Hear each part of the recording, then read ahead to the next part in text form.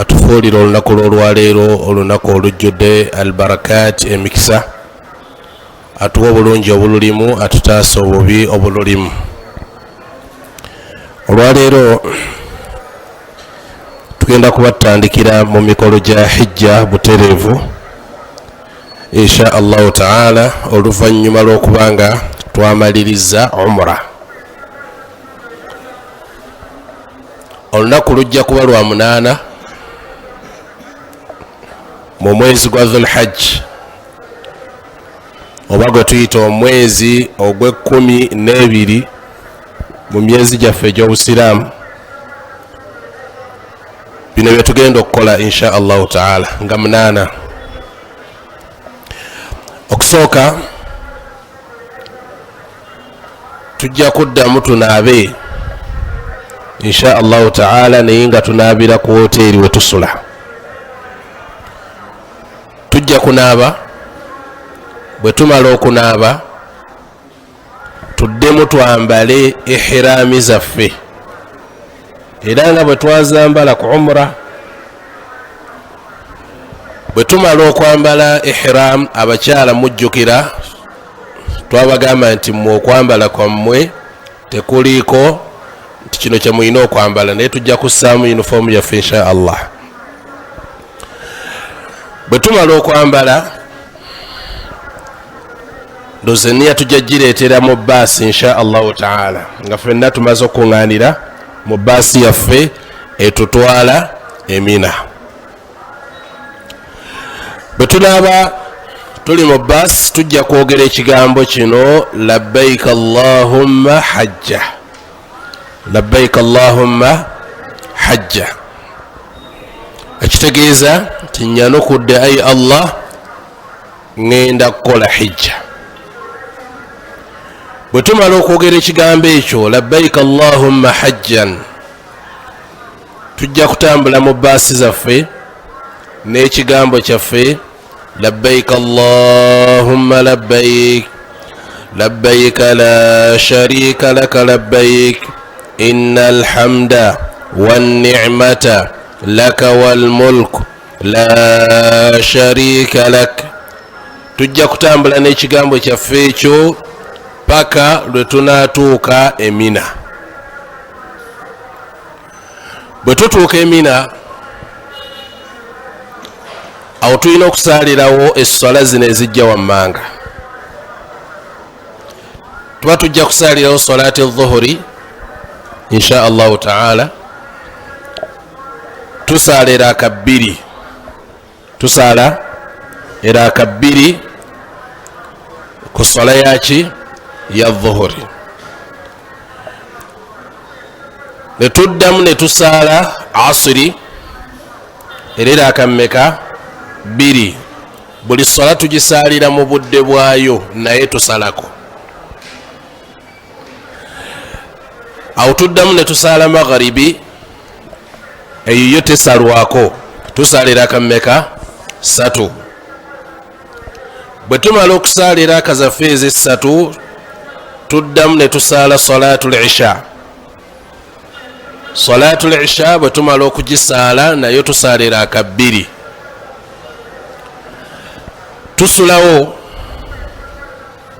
Tusulawo ekyandibadde kitambulirwako nti twandibadde tuvaawo oluvannyuma lwa salaatul fajiri nga tumaze okusaala salaatu subuhi, olunaku olw'okumeka olw'omwenda. Akaseera ako wakati w'esswala ezo zonna tuvudde ku dhuhuri, asiri, asiri, magharibi, magharibi, ishai, obudde obwo bwonna tuba twongera okuyitiriza ekigambo kyaffe ekyo labbaik allahumma labbaik, labbaik la sharika laka labbaik, innal hamda wan ni'mata laka wal mulk la sharika lak. Twogera ekigambo ekyo ne tukozesa ne adhikaari ez'enjawulo. Oli waddembe okukozesa subhanallah, alhamdulillah, wala ilaha illa allah, allahu akbar, labbaik allahumma labbaik. adhikaari zirina okubanga tuziyitiriza nnyo mu kifo ekyo tugenda okubaamu insha allahu taala. mpozi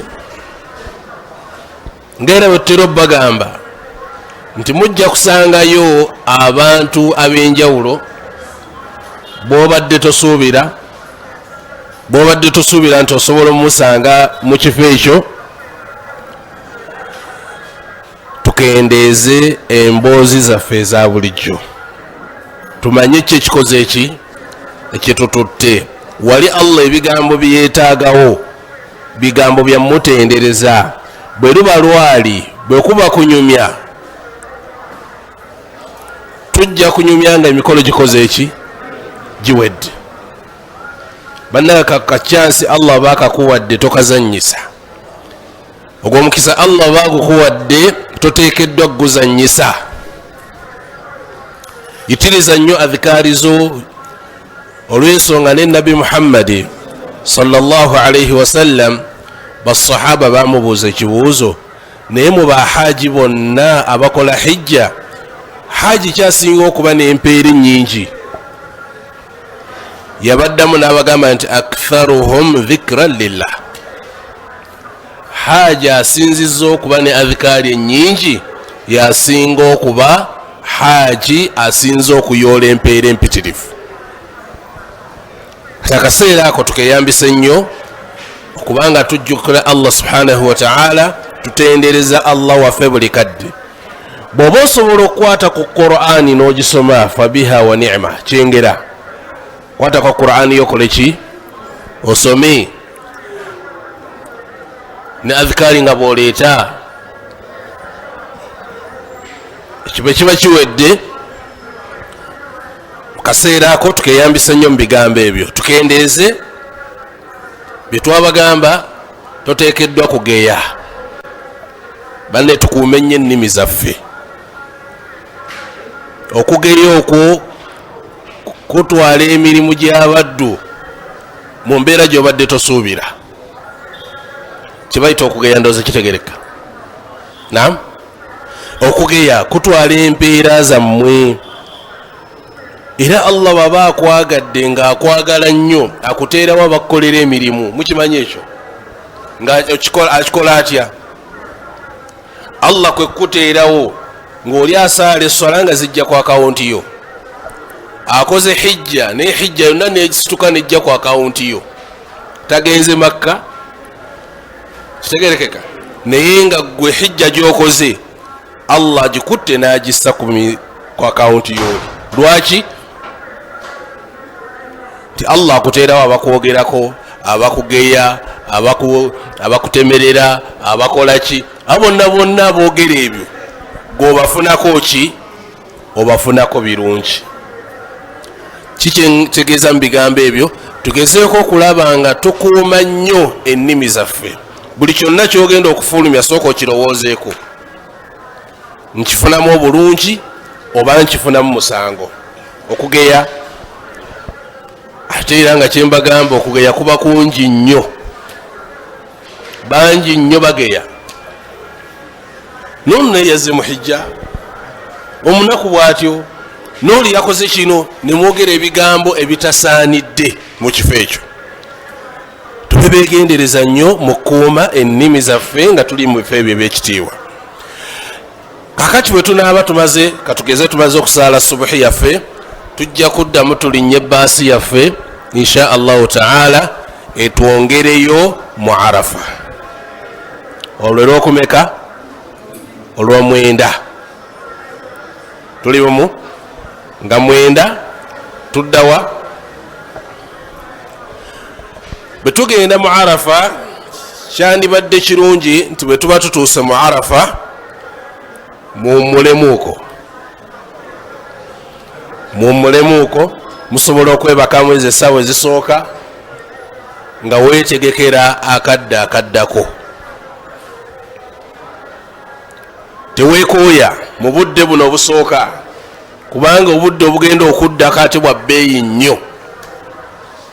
olunaku lwa arafa Nabi Muhammad sallallahu alaihi wasallam yayogera mu bigambo binaga nti alhajju arafa, hijja yonna yagikwata nagifundiza mu kigambo ki, nagamba hijja eba arafa, hijja eba arafa. Akafo ako ketugendamu ako arafa, olusenyo lwetugendamu olwa arafa kyekimu ku bifo ebyebbeeyi ennyo, ate olunaku olwo lumu ku nnaku ez'ebbeeyi ennyo, kubanga nabbi waffe Muhammadi sallallahu alaihi wasallam yatuuka n'okubanga atunnyonnyola ti Allah subhanahu wa ta'ala abuuza bamalayika be abo bonna abazze mu arafa wano, ma arada haula, baagala ki? Abuuza asigama tamanyi kike mwagala, akimanyi bulungi nnyo, nayagala kufuula amalayika bano abajulizi, aga nti Allah bonna boolaba balina obwetaavu bwabwe bakwetaagako, naye nga mu binene nnyo bakwetaagako baagala jjanaayo, era baagala obataasa omuliro. Allah subhanahu wa ta'ala bagaa nti bamalayika bange mbakakasanga mmwe bajulizi, mbawadde kye baagala. N'ekyo kye basinga okutya nakyo nkibataasizza. Lwe lunaku Allah subhanahu wa ta'ala lwakka mu budde obw'emisana. Akambudde bwaki? Buli lunaku akkakiro mu budde obuzibu, fenna obudde obwo tuba twebase, n'abuuza hal min sa'il, waliwo asaba, waliwo omwetaavu, waliwo yeetaaga omuyamba, waliwo ayagala ki? Ku lunaka ki? fayubahi bihim almalaika, n'abenyumiriza mu bamalayika be. Ensonga lwaki nti teri lunaku shaitan luyali erabiddwa ng'amaanyi gagiwedde enafuye ng'olunaku lwa arafa. Lwaki? olw'okuba okusasira kwa Allah kukka mu bungi, okolayo kalimu katono nnyo n'akola ki? N'akusonyiwa, Allah n'akusaasira, Allah n'akola ki? Nabwe kityo arafa kitubagambye nti tulina okugumiikirizaamuko mu budde obw'okumakya, kiba kyetaagisiza webakemu. Bwe tumala okuwuliriza khutuba yaffe ne tusaala swala yaffe, tusaalirawo eswala 2 zokka. Awo tusaalirawo swala mmeka? Dhuhuri neki ne asiri. Wano tuzigatta naye nga tusadde 2 oba ntegerekese. Basooka ne baziina ne bakima essola ne tusaala dhuhuri era akammeka, ne baddamu ne bakima essola ne tusaala asiri era akammeka. Bwe tumala okusaalirako ez'ebbiri, imaamu atuuka ekiseera n'abagamba, era ajja kubaawo abagambe basiraamu buli omu tumutadde wennyonnyoleko ebizibu bye binnyonnyole, wano wootuuse akadde koolimu. Kibalaba nabbi waffe Muhammadi sallallahu alaihi wasallam, nabbi waffe Muhammadi sallallahu alaihi wasallam ye bwe yamala okusaala yakwata ensolo ye n'asooka atambula nadda ebbali n'awanika emikono ne yeegayirira Allah, n'asaba hiraamu ye neya waggulu n'etuuka n'egwa, naye ng'akola ki? Asaba. Era nga bwe tujja obbannyonnyola insha Allahu ta'ala ku musomo ogujja okusemberayo ddala oguddako insha Allahu ta'ala, omuntu wandisabye otya? Wandisabye otya Allah? N'obanga edduwa zo z'osaba zanukulwa. Tujja kuba tukibasomesa ku musomo gukola ki ogunaasemberayo ddala insha allahu taala. Nabwe kityo omubaka Muhammadi sallallahu alaihi wasallam yasaba oluvannyuma lw'essala ezo neyegayirira Allah, naawe kyoteekeddwa okukola insha allah. Tujja bagamba nti ati buli omu akole ki, amagezi gentera obbawa kyandibadde kirungi ebintu byonna okola ki ne biba kapapula ntegerekeka, nowandiika ensonga zo, eno nja gisabira mu Arafa, neeno nja gisabira mu Arafa, nosengeka ensonga zo bulungi nnyo, notuuka wali nga buli nsonga gikoonako nga bwe tujja bategeeza insha allah. Tibwoba osaba Allah tomusaba mulundi gumu, ensonga giremereko, gyokoma ogiremerako, Allah gyakoma okwanukula. Nabwe kityo oli waddembe okuyimirira, oli waddembe okutuula, oli waddembe okukola ki, kubanga ebiseera ebisinga abamu tutegeera okuyimirira mu Arafa tulowooza nti tuba tuyimiridde buyimirizi. Nedda, okkirizibwa okusaba Allah subhanahu wa ta'ala ng'otudde wansi oba n'oyimirirako ng'amagulu gakufuuyiridde wansi, embeera yonna osobola ogikozesa mu kusaba ani, okusaba Allah subhanahu wa ta'ala.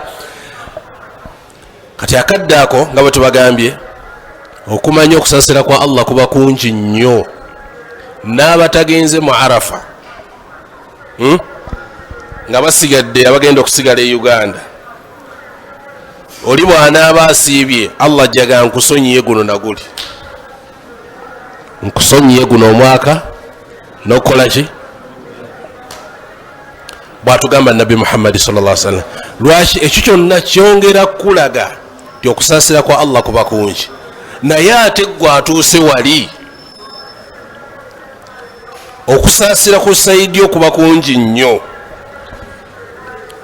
Ensonga lwaki tukubiriza nti akadde ako tube nga tukeyambisa insha allahu taala, n'ebisingawo n'ebirala tujja kubeera twongera obyogerako nga tuli mu kibuga Makka insha allahu taala. Pozi bwe tuba tumaliriza Arafa y'okusinga kwayo yeetooloolera kukola ki, kusaba Allah subhanahu wa ta'ala. Pozi oba tujja byogera ku mulundi oguddako nti bw'oba osaba Allah subhanahu wa ta'ala waliwo ebintu byotateekeddwa kusaba,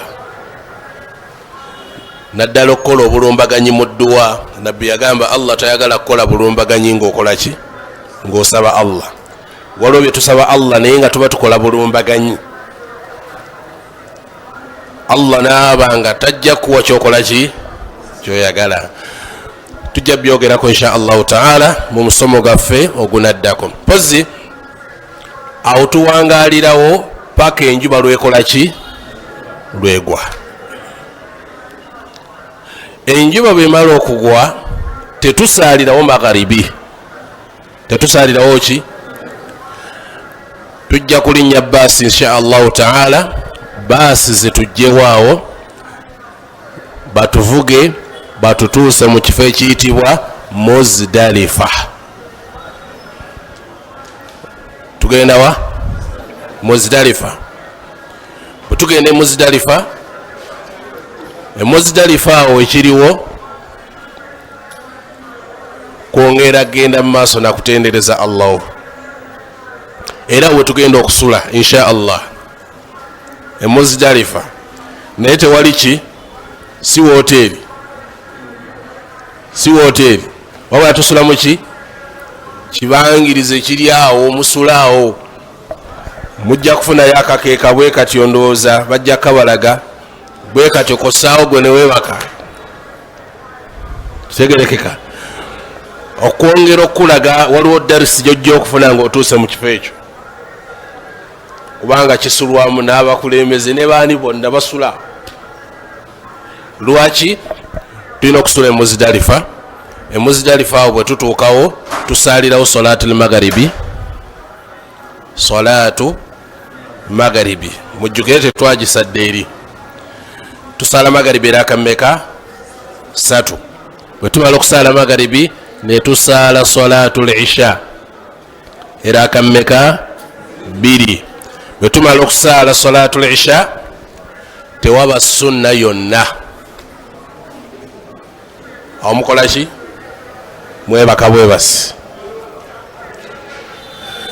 bwe twebaka etuguminkiriza paka ku fajiri bwe kyandibadde tutuuka ku salatu ki etugisaala bwe tumala okusaala fajiri sola ya subuhi awo ate ne tuvaawo nawo tujja kulinnya baasi insha allah emabegako twatambulangawo naye kati alhamdulillah twebaze allah nti allah yagonzaamu ku mbeera tulinye baasi etuzzeeyo emina wetwakola ki wetwasookera tuddeyo emina bwe tuddayo emina pozi batuyimiriddemu kawo katono amayinja getugenda okukozesa okukuba ebiwaji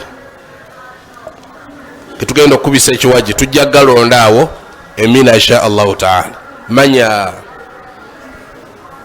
Muzdalifa wetujja okulonda ki amayinja gaffe kubanga nga 10 tugenda kukuba ekiwaji kimu ekiwaji kiba ki eno baba saala yidi nga ffe tugenda kukuba ki kiwaji kati okuva wetusula ogenda okuba ekiwaji awo tewali baasi awo tutambuza ki bigere tambuzawo bigere kati wano tujja kusunsulamu tulabe osobola okutambulawo tosobola kutambulawo oba tosobola kutambulawo tufuna abakola ki abagenda okukubira ekiwaji kino allah subhanahu wa ta'ala yakikkiriza n'omubaka muhammadi sallallahu alaihi wasallam n'akikkiriza ti oli bw'abanga embeera yetemusobozesa kutuukayo tusobola okufuna abakola ki abamukubira kubanga ekiwaji waliwoko ka distance wekali okgenda ziyinza okubanga mayiro 2 n'okudda bwotyo naye ngaotambuza ki kigere segeka awo tewali ki tewali baasi wandibadde kumpi naye okusinzira ku nteekateeka zebateekateekamu tibahaji tebalina kusisinkana abagenda bayita mu kkubo ddala n'abadda bayita muki mu kkubo ddala kati weesanga nga gye muddidde eno wawanvu nabwe kityo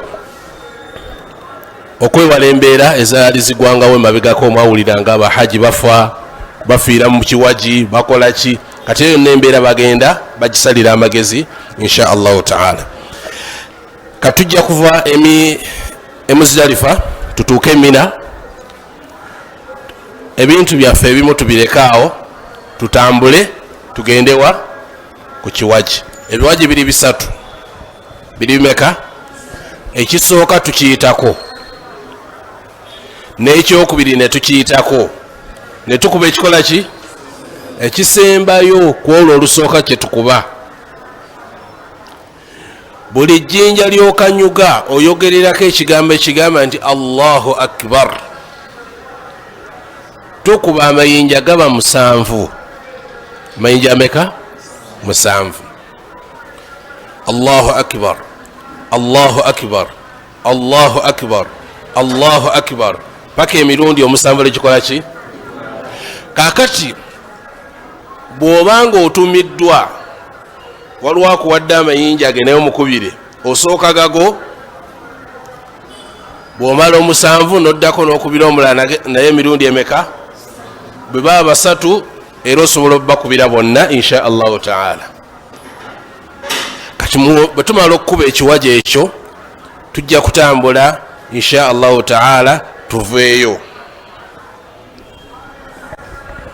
emabegako twabanga n'embeera oba oliawo okutambula okgenda kukaaba butereevu ne mukola tawaafu naye kizibu kati kitegerekeka olwokuba allah subhanahu wa ta'ala teeramu obwangu mu byonna tujja kuddayo tukole ki mu Emina wetusula wetumala okuba ekiwaji batusaleko enviiri zaffe bazimweko zonna. Wetumala okumwako enviiri zonna tuddemu twambale engoye zaffe eza bulijjo naddala abaami abakyala ekyengoye kyo tuze tukikoonako libaddembe okwambala engoye zonna. Bamala okusalako enviiri tuddemu twambale engoye zaffe eza bulijjo. Kitegeeza nti olwo tuba tuvudde mu mizizo oluvaamu olusooka, tuba tusumulukuse okuva mu mizizo olusumuluka olukola ki olusooka. So singa tutambudde butereevu ne tugenda ku Kaaba ne twetooloola ne tukola saayi Safa ne Marwa, awo tuba tusumulukukidde ddala, tuba tuvudde mu mizizo. Naye kati wano tujja kusigala nga tukyali mu mizizo gyaffe insha Allah. Okwambala oba okkirizibwa, okusalako enjala, kola ki byonna ebyo byokkirizibwa, okuggyako abafumbo bokka be baba tebakkirizibwa. Kitegereka okutuusa nga beetoolodde ki, mmaze kwetooloola Kaaba ne mugenda ku Safa neki ne Marwa. Kakati bwe tunaaba tumaliriza insha Allahu taala okuva ku kiwaji tukomye wano batusazeeko enviiri tuddemu tuwummule insha Allahu taala. Tujja kuddamu tusaale sola zaffe nga bwe tusaala. Olwo naku z'omwezi nga mmeka? Naam, nga 10. Ate tujja kuba tusalyawo sola zaffe zonna, dhuhuri, asiri, magaribi, isha zonna. Abamu olusi mulimu abasajja bajja okutambula bagende, naye bw'oba okiwulidde togamba nti ate ffe tebaatututte kukola ki, tebaatututte kukola tawaafu, tetwetoolodde Kaaba, tetwakoze eki. Nedda, gwe bamugumiikiriza. Teri mukolo gotajja kola insha Allahu taala, naye tusinziira okutunuulira abantu betutambula nabo. Waliwo abamu babegako batambula mu butuufu ne bagenda ku Kaaba kwolwo olunaku lwennyini, naye bwe yayingira mu woteeri bw'ati yazuukuka nkeera olw'obukoowu. Abamu amagulu gatuuka ne geesiba, ng'oyagala otambule naye nga tegakyakola ki, tegakyasobola. Tegeka kati ebiseera ebimu tutunuulira embeera ne tugenda nedda tugumiikirize, kasita tukyalinawo obudde. Kati tusulayo olunaku nga 10, tujja kusulayo 11 ne 10 ne mmeka 12 tujja kusulayo. Allah subhanahu wa ta'ala wagambye nti waman ta'ajjala fi yawmaini, oli aba ayagadde okwanguyiriza okuvayo mu nnaku ez'ebbiri talina musango. Era ffenna tuvaayo mu nnaku ez'emmeka ebbiri. Abaagala okusulayo lw'13 Allah ganayo tewali mutawaana, yagadde okulusulayo tewali buzibu. Kati nga 11 omulimu gwe tugenda okukola tukuba ekiwaji ekisooka n'amayinja ameka 7. Tujja kunoonya mu amayinja gaffe. Amayinja agakubibwa teriba jjinja nti ddene, buteekeddwa okuba obuyinja nga butonotono, nga ne bwe kaba kakubye munno tekakola ki, tekamukosa. Obuyinja butonotono nabbi yabugerageranyanga bwolaba empeke y'emmwanyi, naga bimithili hatha farumu, obufaananako nga buno bwe bamukanyuga.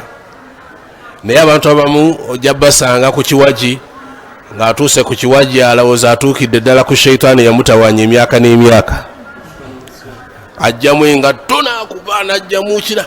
Ebyo byonna si bituufu. Kitegerekeka olwedde oba tokuba ki, tokuba sheitaani.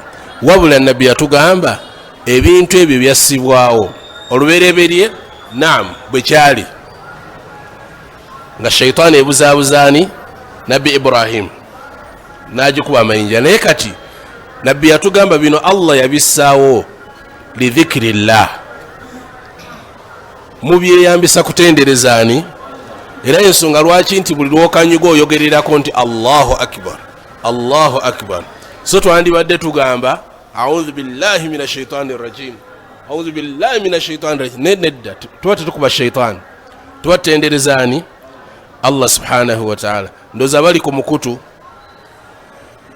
bayina be babaweerezaako ng'oli akadduka emisinde n'akuba bamu abalabyeko enkuba si ntuufu kati abalina endowooza muli nti akuba ki shaitaani ekirali kituufu kiba kirungi nnyo bw'oba otuuse wali tukuba ekiwaji kyaffe insha allahu taala nga tujja kukubako olwo ekikola ki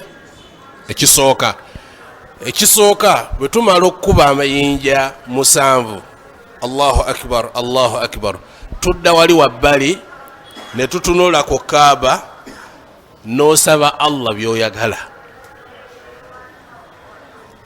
n'ekyokubiri nakyo tukuba obuyinja 7 bwe tumala okukuba obuyinja 7 ne tudda wali wabbali n'osaba Allah by'okola ki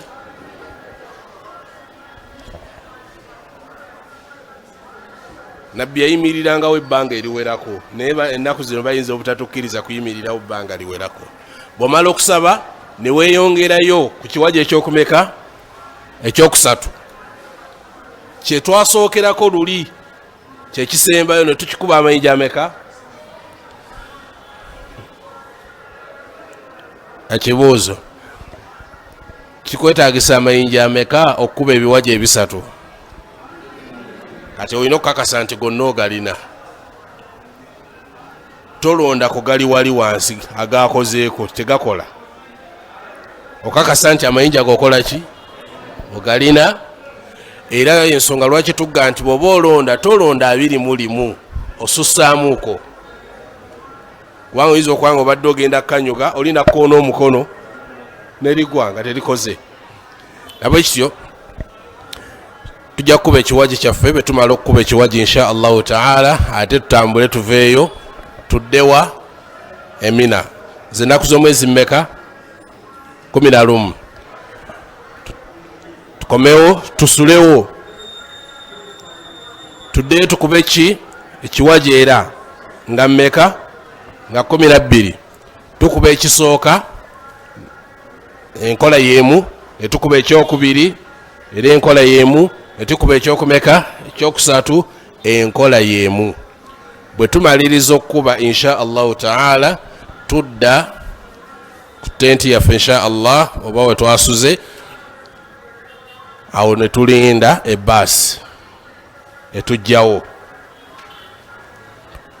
tulinda ki era byonna program bajja kuba bazibategeeza ebbaasi zituuka ku saawa eziti mugumiikirize tulina okugumiikiriza ate tube bawulize eri ki eri abakulembeze abagezi bangi olajja kuga olaba gundi eri haram ekisaawo kiraba kikiri kitegerekeka ng'akulaga ku supreme wali naye nga kikwetaagisa okutambula mailo nga 10 oba ntegerekeka kubanga essaawa eri bwonna woosinziira oba okola ki oba ogiraba kati oli akulaga essaawa yiiyaawo kumpi naye ng'ogenda kutambula akagenda akawerera ddala kati mu kyo bwe tuba tugambye nti gumiikiriza ebbaasi ejja saawa bweziti tube baki bagumiikiriza insha allah tebasobola balekayo teri muntu yenna asobola kulekebwayo insha allahu taala kati bwe tuba tumaliriza ebbaasi ejja tukimawo insha allah olunaku olw'okumeka 12 situkimewo pozi allah bwakugerera enjuba negwanga okyali omu ate oba tukkirizibwa kuvaamu paka ate nga 13 lukoze eki kati muyina okusala amagezi okulaba nga mufuluma emina ng'enjuba tennakola ki tennaba kugwa kwolwo olwe 10 nemmeka 12 ate tuba tumalirizzaawo insha allahu taala lwali twagadde tuyite mu mikolo gya hijja gigwe bwe tuba tumaliriza katusigaze emirimu gyaffe emeka 2 bwe tutuuka e Makka insha allahu taala okusinza ku muteeko oba hijja gye tugenda okukola eya tamattu bwe tunaatuuka mu hoteri insha allah tusseeyo emigugu gyaffe n'ebintu byaffe bye tuvudde nabyo emina tugende ku Kaaba twetoloole olwetoloola olwa hijja. Tuli bumu? Tugenda kwetoloola olwetoloola lwaki? Olwa hijja. Tugiyita tawaafu alhajj oba tawaafu al-ifaada. Tugenda kwetoloola olwetoloola olwa hijja. Era enkola yemu tetugyerabira nga bwe twatandika okwetoloola umra. Bwe tumala okwetoloola Kaaba tugende ku Safa neki ne Marwa. Bwe tuba tumaliriza Safa ne Marwa olw'emikolo gya hijja tuba tugifundikidde. Tuba tukoze ki? Tugifundikidde insha Allahu taala. Kati awo omuntu aba wa ddembe kaŋŋende neetolooleyo okwo, kaŋŋende nkole ki? Oli wa ddembe ogenda ne weetoloola insha Allahu taala. Bwe tuba tumalirizaawo ng'emikolo giwedde insha Allah tujja kumalawo ebbanga yensuubira liyinza okubanga naye tuyinza obutaba ddene ate tugende mu kibuga kya Nabbi Muhammadi sallallahu alaihi wasallam. Ebiba eyo nabyo tujja bifunira akadde tubyogereko insha Allahu taala. Naam.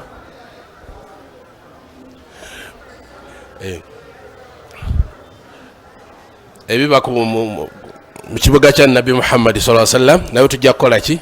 Tujja binnyonnyola insha Allah. Kati tuyina tawaafu gye tubadde tulese eyitibwa tawaafu alwida. Tawaafu alwida, tawaafu ekola ki? Esiibula. Era bajja kuba batutegeeza nti tusuubira okuva mu Makka essaawa bwe ziti mugende mukole ki? Tawaafu. Tawaafu ekola ki? Esiibula. Eyo tawaafu bw'omala ogikola oba totuula mu Makka, tosulamu. Kitegerekeka? Bw'osulamu kikakataka toddeyo okole ki? Ogiddemu. Kitegerekeka? Kujjako abantu tewandibadde nnyo bbanga ddene wakati w'okuva ku Kaaba n'okukola ki? N'okuba nti ofuluma ekibuga Makka insha Allahu taala. Pozzi waliwo abantu Allah beyajjako tawaafu esiibula. Allah nga yabajjako tawaafu ekola ki? Esiibula. Muyinza okuba nga mubadde mugenda mumaliriza muvaayo omukyala ne yeekoona. Kitegerekeka? Oyo Nabbi sallallahu alaihi wasallam nti tasiibula Kaaba. Oba ayinza okuba nga abadde mulwadde obulwadde oyo naye ayinza obutasiibula ki? Tasiibula Kaaba. Naye abasigadde bonna basiibula ki? Basiibula Kaaba insha Allahu taala. Olwetoloola olwo nalwo tujja dwogerako oba oliawo nga tuli e Makka insha Allahu taala. Bwe tuba tumaliriza ebyo nga Makka tumusiibula bwe tutyo insha Allah. Tusaba Allah subhanahu wa ta'ala atussemu abo abawuliriza era abagobera ekisinga okuba ekirungi. Tusaba Allah atuwe amaanyi mu mibiri gyaffe, atuwe obukkiriza mu mitima gyaffe. Tusaba Allah atuwe obulamu obulungi mu mibiri gyaffe tusobole okukola hijja nga tuli balamu bulungi. Saba Allah subhanahu wa ta'ala abenga atutaasa ebizibu byonna oboolyawo bye twandisanze. Tusaba Allah subhanahu wa ta'ala atussizeemu obwangu mikolo gyaffe gino tugikole. Ate era tumusaba Allah afuule hijja yaffe hijja ekkiriziddwa. Tumusaba Allah akkirize hijja egenda okukolebwa. Tumusaba ate akkirize n'edduwa zonna ze tugenda omusaba ennungi. Saba Allah subhanahu wa ta'ala abalwadde abenga abawonya, abayina obwetaavu Allah abaggulirawo mu miryango gya riziki ennungi. Tumusaba Allah subhanahu wa ta'ala atuggulirewo barakaati mu miryango gy'ebirungi, miryango gy'emikisa. Tumusaba Allah abenga atumalira mu mbeera zaffe. Innahu waliyyu dhalika wal qadiru alayhi. Wa sallallahu wasallam ala nabiyyina Muhammad wa ala alihi wa sahbihi walhamdulillahi rabbil alamin. Wabaawo ekibuuzo omulyango muggule. Assalamu alaikum wa rahmatullahi wa barakatuh. Mukadde waffe Sheikhe, tusanze ebifo ebyenjawulo nga birimu n'esswala ezibiswalirwamu, naye mu byonna siwuliddeemu swala ya Eid al-Adha. Yo owa hijja tamukakatako. Ekyokubiri mukadde wange kisembyeyo mpulidde tawaafu lwida ng'esonyibwa senga omukyala yeekoonye, kyekyokka ekimusonyibwa, ebirala by'emikola emirala gyonna ne bwe yeekoona asigala agikola. Barakallahu fiik. Ekisooka, omuntu ali mu hijja Yidi yo tojja giraba, ne bifo byesaalirwamu tobirabako nti basadde ki Idi, kubanga bwe tusaalira Idi aye tuba mukuba biwaji, kyegerekeka muba mukuba ki biwaji, mabegako lulinga bagenda kusala bisolo, bagenda kukola ki. Kati owa hijja taba na budde bukola ki bisaala hijja, okujjako bisaala Idi, taba na budde busaala ki. Kati ye tasaala Idi, ali mu hijja tasaala Eid. Ekyokubiri, omukyala bwe yeekoona akagere akkirizibwa okukola emirimu gyonna egikolebwa haji, okujjako kimu kyokka kyatakkirizibwa, tawaafu, kwetoloola Kaaba, naye nga saayi Safa Marwa ebyo nakkirizibwa bikola insha Allahu taala. Naam.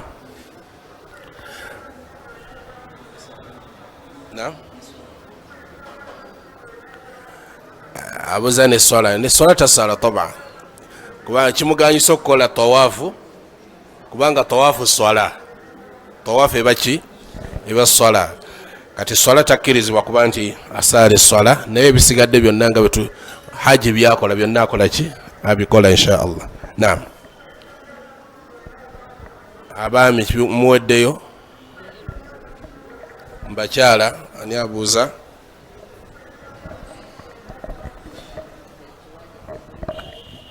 Salamu alaikum. Kakati nze nina obukosefu mu, naye nina kukola ntya ate njagala emikolo gyonna ngikole?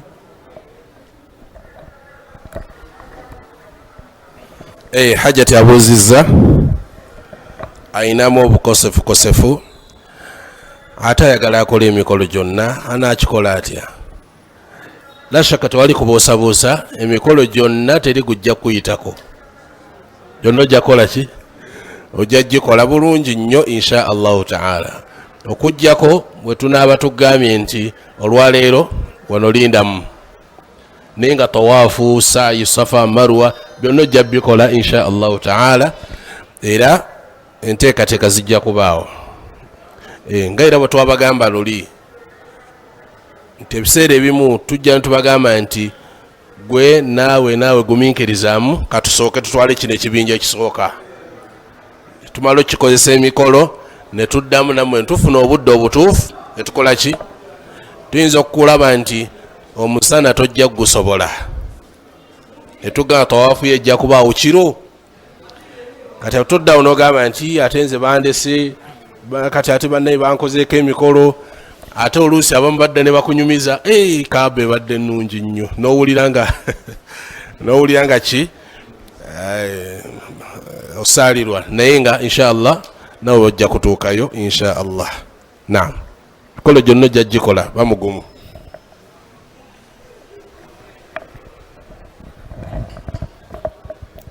Assalamu alaikum wa rahmatullahi wa barakatuh. Kakati seeka biriwa ebibi ebitasaana kusaba nga oli Makka?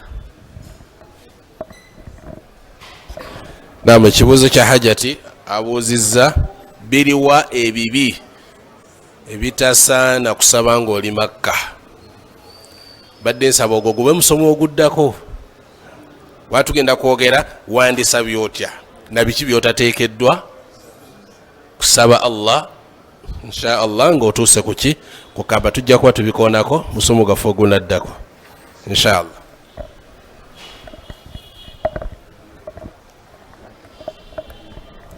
Assalamu alaikum warahmatullahi wabarakatuh.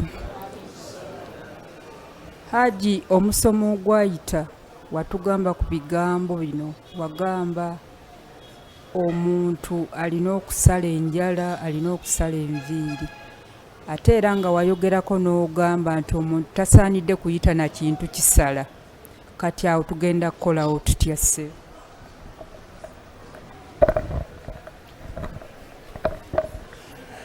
Twayogera ku kyokusalako enviiri. Biki byotateekeddwa kutambula nabyo mu nnyonyi? Ennyonyi tebeetaaga jirita, tebeetaaga nairukata tekola biki? Ebyo byonna gyebiri eri. Osobola obifuna e Makka insha allahu taala.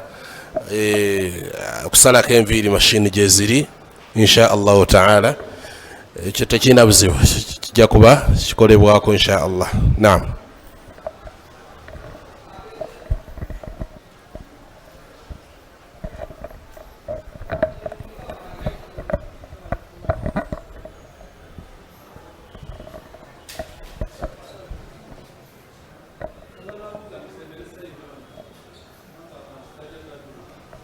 Assalamu alaikum warahmatullahi wabarakatuh. Nze mbuuza otugambye nti tugenda okukuba ekiwaji. Waliwo abatajja kusobola kgenda era tujja kukwata amayinja tugabe bannaffe bagende bakole ki batukubire. Oluvannyuma lw'okuba tugenda kutunula eri Kaaba tusabe Allah kye twagala. Kakati bwe mba nga nze sirimu baasobodde kgenda, awo ngenda kukolawo ntya shehe? Ekyokubiri shehe kyembuuza ogambye bwe tugenda okutuuka we tunaatuukira tujja kusala magaribi tusale isha, tetuddira kusala swala yonna. Shehe bwe mba nga nsobodde okutuulako ekiro sisobola kusalayo laaka zange 2 nensaba Allah wange oba ne mwebaza okuntuusaako mu kifo ekyo, sikkirizibwa kutuulako kiro kukola adhikaari zange. Assalamu alaikum warahmatullah.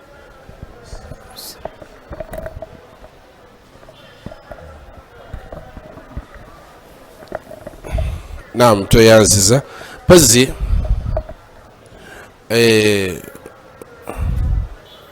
okusaba Allah subhanahu wa ta'ala okkirizibwa n'ozukukako n'osala layiriyo tekirina mutawaana insha Allah, n'okwebaza Allah oli waddembe okukola ki okumwebaza tekirina mutawaana insha allahu taala oba okkirizibwa. Naye waliwo ebifo ebimu katugeze Muzdalifa wo tetusaalirawo ki layiri, tetusaala layiri, kitegedde bw'otuuka kuba kukola ki kwebaka.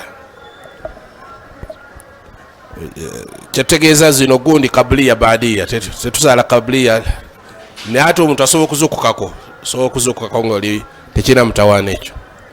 Naam, ekyo kibadde kikozi atasobodde genda kuba kiwaji, tugambye nti bw'omala okukuba ekiwaji ng'osaba Allah subhanahu wa ta'ala.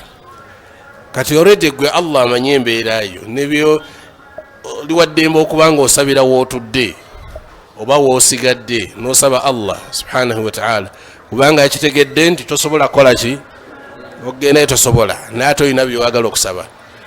Muli agoba mu ggulu osobola okusaba Allah wonna woba oli. Barakallahu fiiki. Naam, bakiti.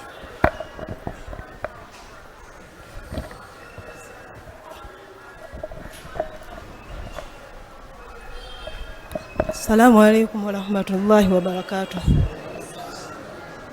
Seeka mbadde mbuuza omukyala akkirizibwa okugenda n'enviiri ensibe kale okugeza nga akaswahiri akangungu oba tuva eno nga tuzisazeeko?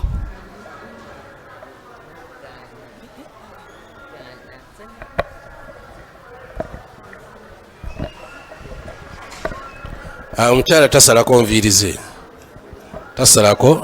ze, jasi nga bwe twabagamba mu hijja bajja katono nnyo.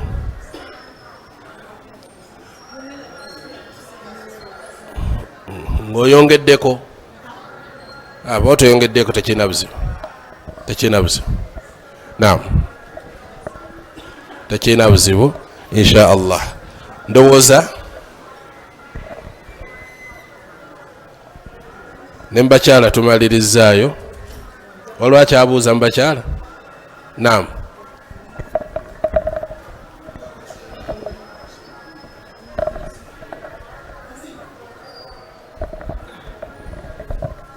Assalamu alaikum warahmatullahi wabarakatu.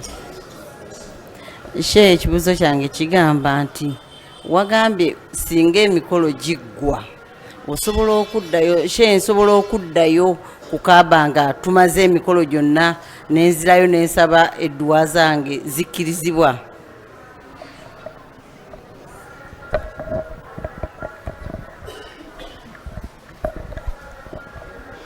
Okkirizibwa okuddayo n'osaba edduwa zo zonna z'oyagala, liwa ddembe.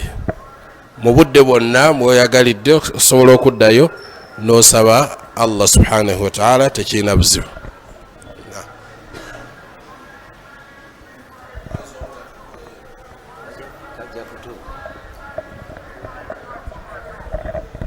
Assalamu alaikum warahmatullahi wabarakatuhu. Kino nkibuuliza kulirwa abakyala. Waliwo abakyala bina ebiziiri ebigatteko oba ensibe, awo tokinyonyodde boogamba bazirekako. Owensiba n'agenda nsibe oba n'azisumula n'azikendeezaako.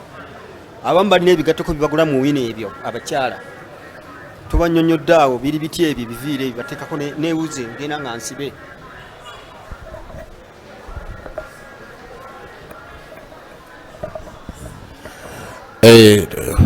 Tugambye nti mukyala tayunga ku nviiri, tayunga kuki? Ku nviiri. Naye bw'abanga asibye enviiri ze ezize akkirizibwa okuzisiba, akkirizibwa okuzisiba, zitezirina mutawaana insha allah. Naam, barakallahu fiik wa jazakumullahu khair. Saba allah atutuuse ku lunaku olwo nga tuli bulungi era nga tuli balamu. Wa barakallahu fiikum. Assalamu alaikum wa rahmatullahi wa barakatuh.